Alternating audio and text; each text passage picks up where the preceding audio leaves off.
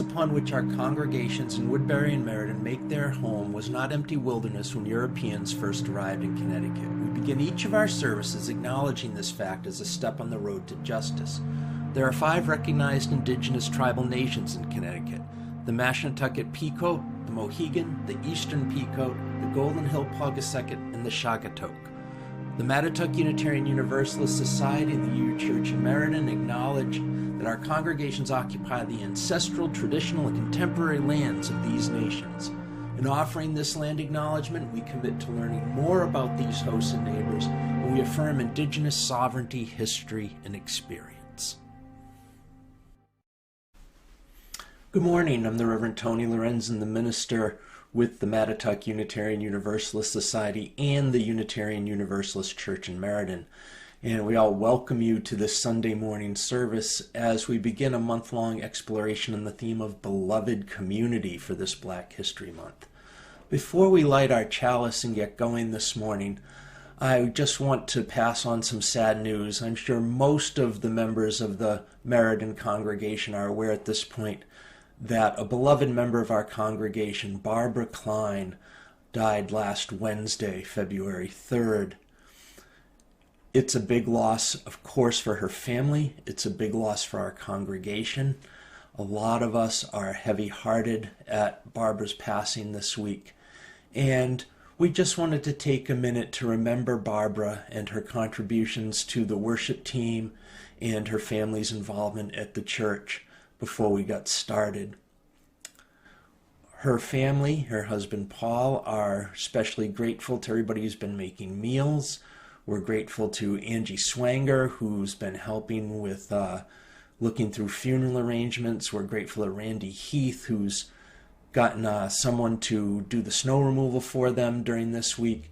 And everybody is really pitching in and lending support to the family. And we continue to hold Paul and Rhiannon and Richard in our hearts. And we'll have a special prayer for Barbara in this morning's service when we get to the candles, the joys and concerns, and the prayers. As of right now, there are no funeral arrangements. As soon as we have details on that, we will pass them along to you. So as we begin this morning, remember that Barbara is still with us in spirit, and as we light the chalice, we think that her spirit is alive in that flame, the way that flame represents all of us, whether we are here physically or not.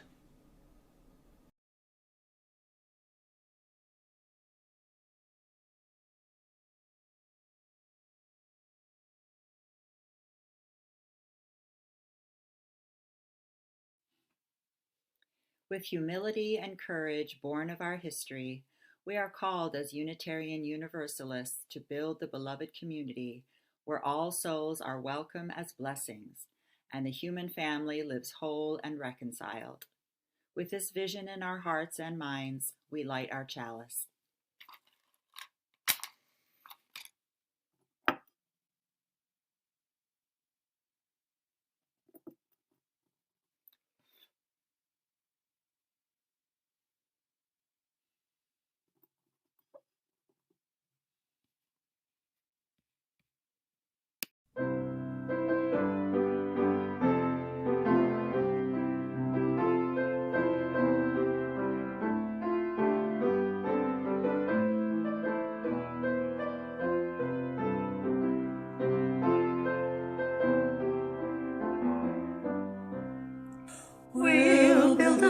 Where we bind up the broken, we'll build a land where the captives go free, where the oil of gladness dissolves all mourning. Oh, we'll build a promised land that can be.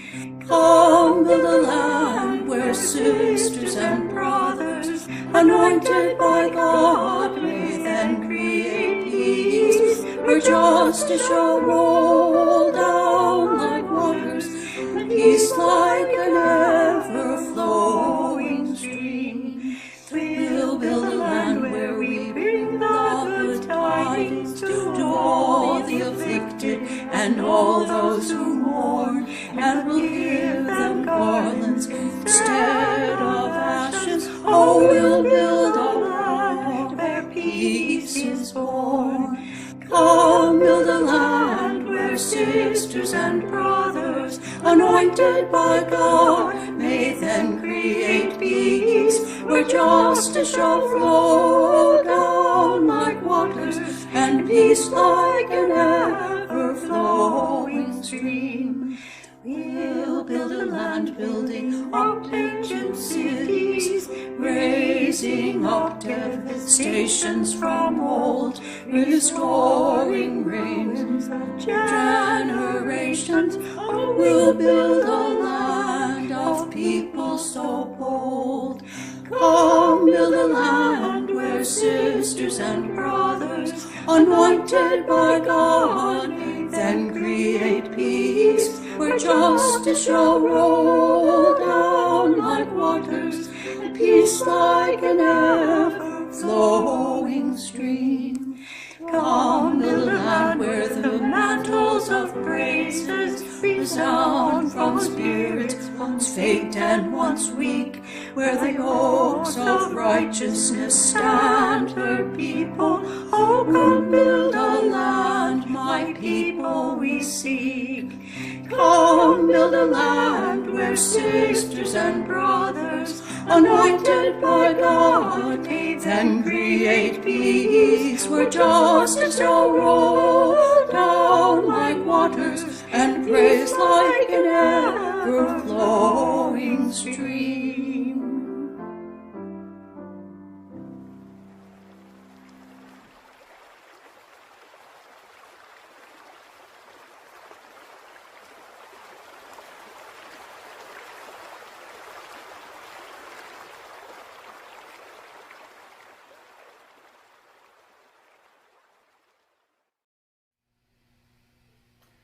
Woodpecker loved looking for bugs to eat in the trees. But even more than the tasty little bugs, Woodpecker loved the sound of the trees. She loved how every tree made a different sound. She loved the resonance and the rhythm.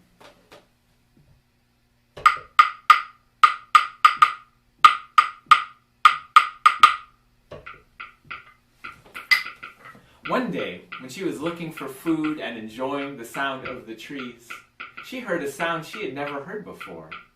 It sounded like a frog singing. Doom, doom, doom. Doom, doom, doom. Da-doom, doom, doom, doom. Doom, doom. Who are you? She called out. Hearing your song together with my rhythm, that makes all the difference. Well, my name is Frog, and I love to sing to myself. So when I heard you making that sound, I just couldn't help but sing along. After that, they got together every week to make their music together. One time when they were playing, they heard a cricket in the grass, adding some more rhythm.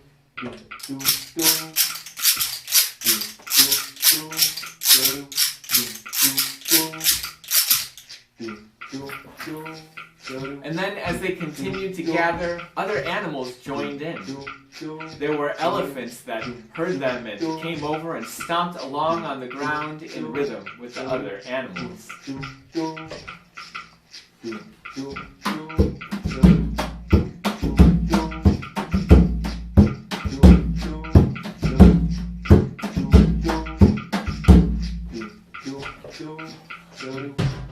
There was a squirrel that found some seed pods in the trees.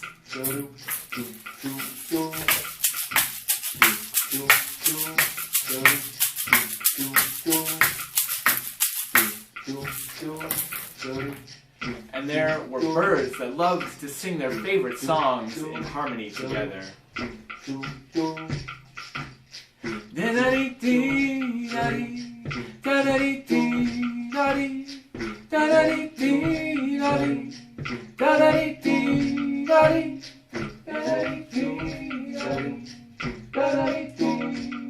They noticed that their forest band sounded the best when they all did something different so that everyone could be heard. They noticed that each animal made the prettiest sounds when they listened to all the other animals very carefully.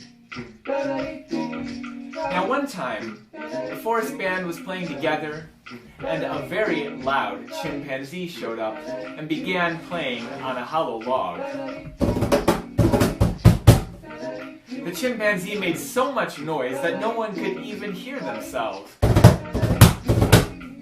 And the chimpanzee just played as many notes as possible, as fast as possible. Everyone else stopped playing and just looked at the chimpanzee, who said, "Well, I love playing music with you all." Needless to say, rehearsal ended early that day. All the other animals slithered and swam and flew and trotted away, until it was just chimpanzee and woodpecker together. The woodpecker decided that she needed to talk with chimpanzee. "Music isn't just about playing loudly," she said. "It's about listening to the other animals around you. You can't make music if you don't listen to the sounds the other animals are making. Music is about rest and silence just as much as it's about noise and vibration. We need both." Together, woodpecker and chimpanzee practiced making some sounds and then leaving some silence, playing some notes and then leaving some rest. And wouldn't you know that even chimpanzee thought it sounded better that way?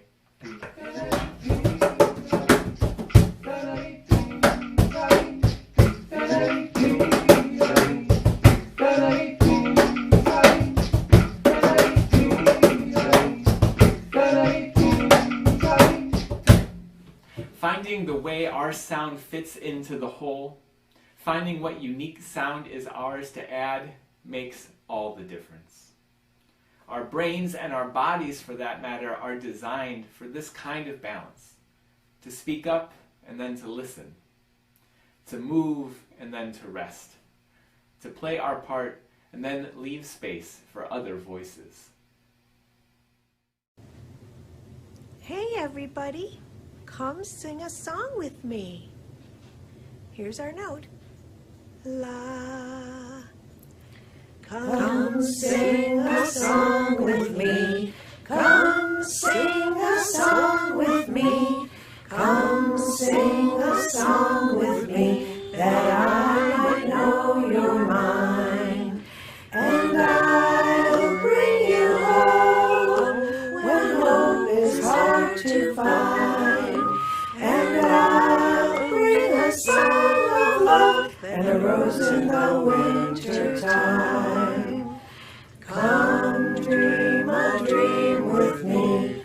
Come dream a dream with me. Come dream a dream with me, that I might know you're mine. And I'll bring you home when hope is hard to find. And I'll sing a song of love and a rose in the winter time. Come walk in rain with me. Come walk in rain with me. Come walk in rain with me, that I might know you're mine. And I'll bring you home when hope is hard to find. And I'll bring a song of love and a rose in the winter time. Come share a rose with me. Come share a rose with me. Come share a rose with me, that I might know you're mine. And I'll bring you home when hope is hard to find. And I'll bring a song of love and a rose in the wind.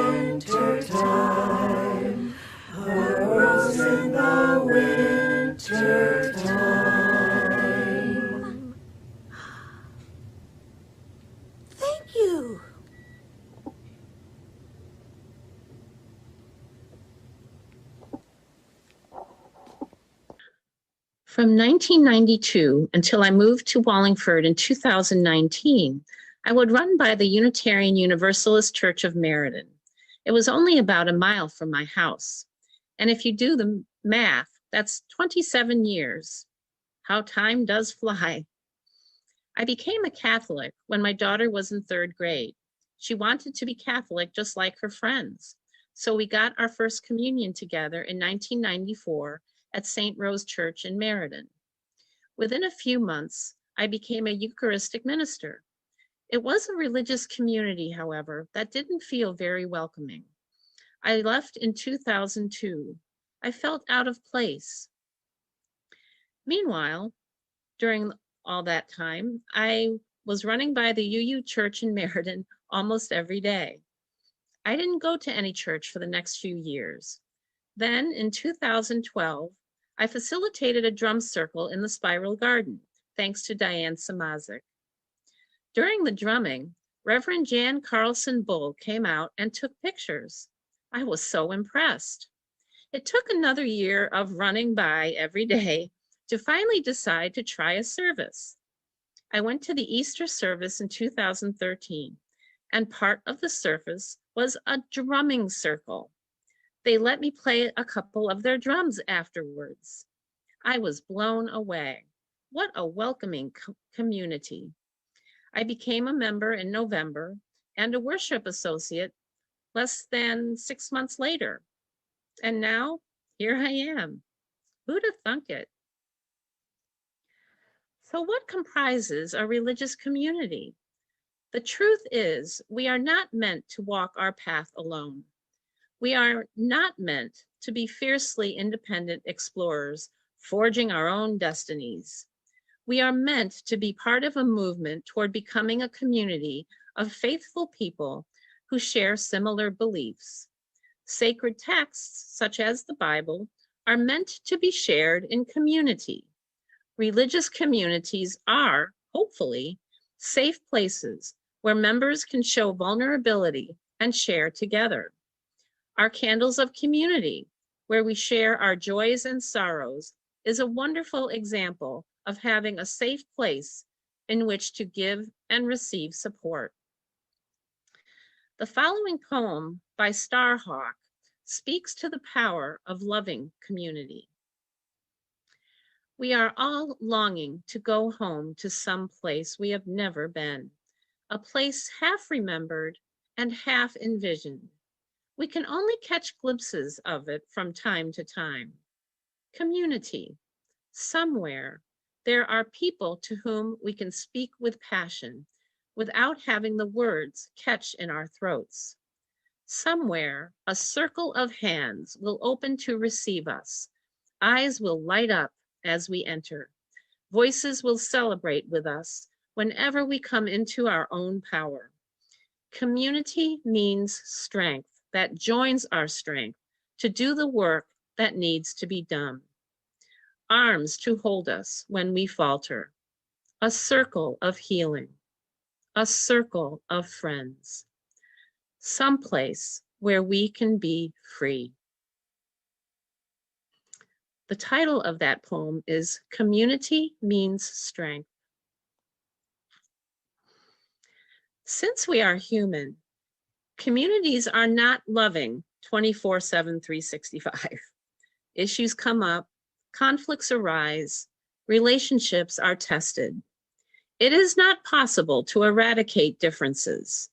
If we have expectations of being in a perfect community, we will be disappointed. If we have behavioral expectations of others, we will be disappointed.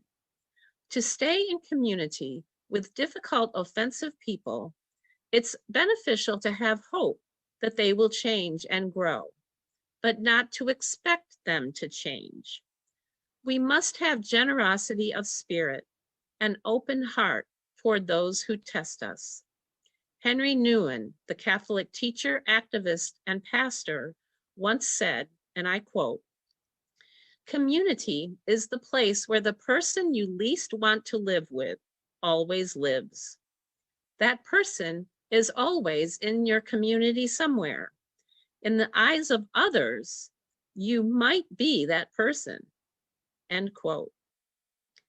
Think about that. I could be that person? No way. Well, seriously, I believe I have been that person in the past. But I contend that it's worth the effort to work effectively with all kinds of people. Just as Woodpecker in the story worked with chimpanzee to help chimpanzee listen to the other animals, it behooves us to listen to each other with open hearts. We as UUs call this covenant. When we honor our covenant to each other, it makes a huge difference. The following story illustrates this. This is called The Covenant Mouse by Julie Lambert. In a New England church, in the back of the hall, lived a small lady mouse, not tall, not at all. And this small lady mouse liked to listen each week when the pews were all full and the people would speak. And they made special promises, all in a bunch, about how they loved each other. Then they'd all go to lunch. And sometimes she noticed these promises made in the morning with loud, happy voices would fade. And late in the day, when the meetings would start, their differences seemed to push people apart. The same ones who'd promised at 10:34, dwell together in peace, were peaceful no more. And those who had said they'd seek knowledge and freedom weren't seeking at all, and their books didn't read them. And worse, there were whispers about who believed and about those who didn't, and who was deceived. So when they had made all those promises grand, and afterwards hugged and shaken each hand, what they'd meant, as far as the church mouse could see, was that you can learn freely to be just like me. This worried the small lady mouse in the hall. She knew that that's not what they had promised at all. They repeated those lines and they left them right there, with the hymnals tucked into the back of their chair. She knew promises remained in your heart and your head, each minute, each hour, from dawn until bed. And covenants, these were the biggest of all, the most sacred promises made in the hall. So she made up a plan and she started to draw little notes to remind every person who saw that you've made a covenant. You ought to do what you promised because somebody's looking at you. A child found the first one. The note was down low, and he handed it up to his mother like so. And she happened to be in the midst of a long complaint about someone who'd done something wrong. But she looked at the note and remembered the part about dwelling in peace, and it stuck in her heart. And from that day forward, the children kept finding the notes that the mouse used to do her reminding that you've made a covenant, you ought to do what you promised because somebody's looking at you. And the mouse meant, of course, that hers were the eyes that were watching. But what a surprise. The grown-ups all thought that the children were making the notes pointing out which ones they were breaking. And the children, they thought that the grown-ups must be the ones who were looking, the ones who would see. And nobody guessed that a small lady mouse was the voice of their covenants there in their house. She still leaves her notes, but not every week, because the folks in the church now think when they speak, and think how each action and facial expression affects those around them and makes an impression. And now when the folks say each covenant line, they know that it means every day, every time. And they add in their heads and remember it too, I must keep in mind what I promised to do. So if you find a note and it helps you recall that, thank that small lady mouse in the back of the hall. The work that we do to be in beloved community has far-reaching effects, more than we are aware of. Yes, we are endeavoring to build a better world, but more importantly, we are building up each other's faith. We are struggling with the things that divide us and the doubt and anxiety within us. We need to know how deep in her hearts that we can not only create it, but that we can depend on it.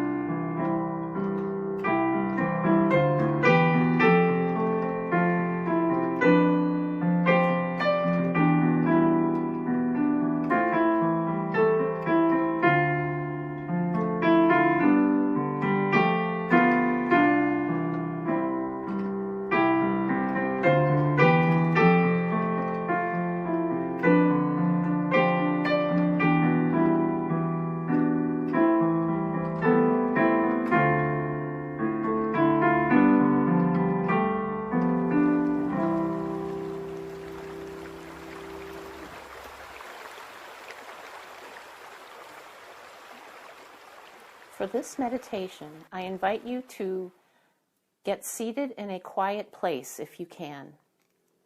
We will be using a chant that is put to a tune. So first, let's take some deep balloon breaths, filling your lower abdomen with air like a balloon, and exhaling anything that no longer serves you, any stress, any pressures from the week, just let it all go.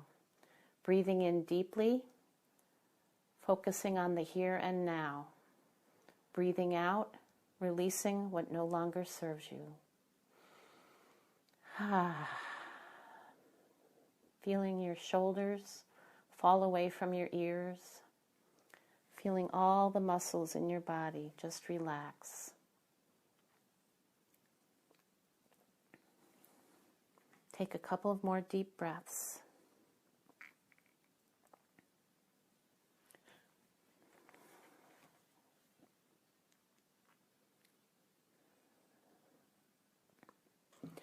See myself in joy and love. I know myself, I am enough. I see myself in joy and love. I know myself, I am enough.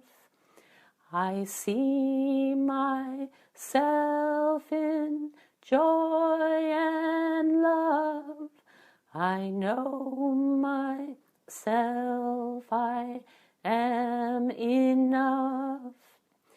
I see myself in joy and love.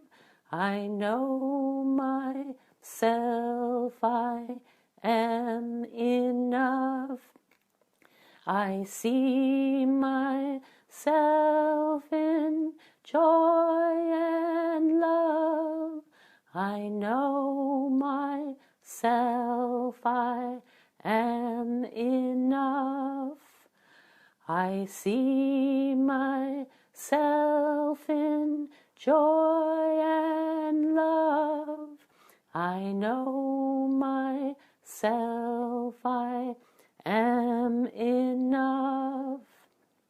I see myself in joy and love. I know myself, I am enough. I see myself myself in joy and love. I know myself, I am enough. I see myself in joy and love. I know myself, I am enough. I see myself in joy and love. I know myself, I am enough.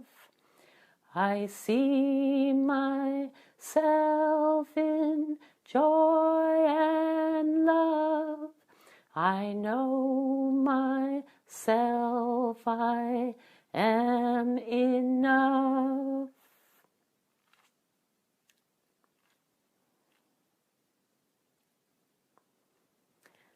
And when you are ready, you may open your eyes and wiggle your fingers and toes.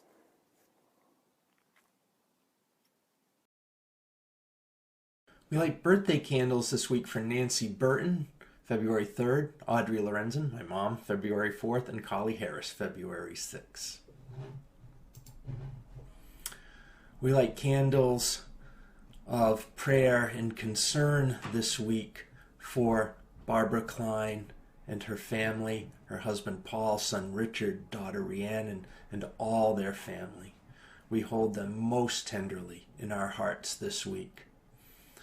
We light candles also for Margaret Morley's sister, who was recently diagnosed with COVID, Jack Lander's sister Joanne, who was hospitalized with COVID, Mary Lander's mom, who had a heart attack recently, Randy Heath, who will be having neck surgery in just over a week, Dawn Dell, who had back surgery this week, and all those struggling with disease and illness, both visible and invisible, and all those lost in the world of conspiracy theories, lies, and alternate realities.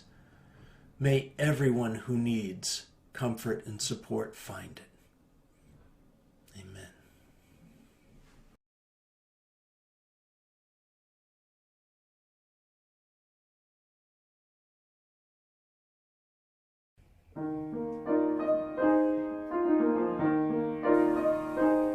For all that is our life, we sing our thanks and praise. For all life is a gift which we are called to use to build the common good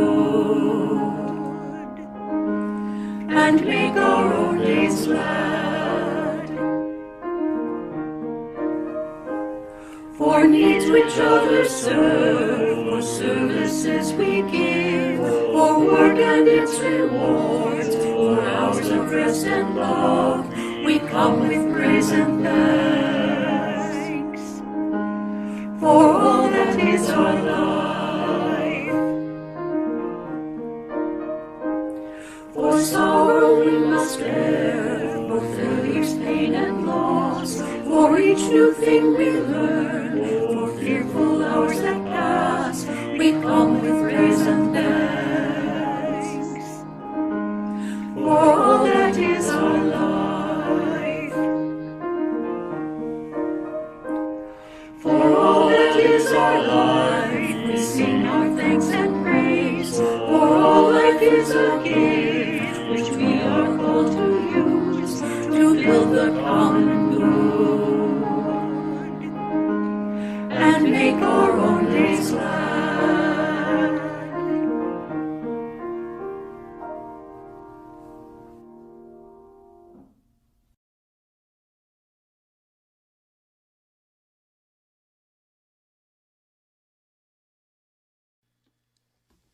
Our service may be drawing to a close, but there's always coffee hour. Please pour a cup of your favorite beverage and zoom on in. Join us for coffee at go.uucentralct.org/coffee. That's go.uucentralct.org/coffee. We'll see you in a few minutes. Dear ones, we extinguish our chalice flame. Our service has come to an end. May its flame remind us of our covenant with one another. May it help us be in beloved community, working with each other in love and respect. May it help us be a much needed healing force to bring people together to heal the rift. May it be so. See you next week.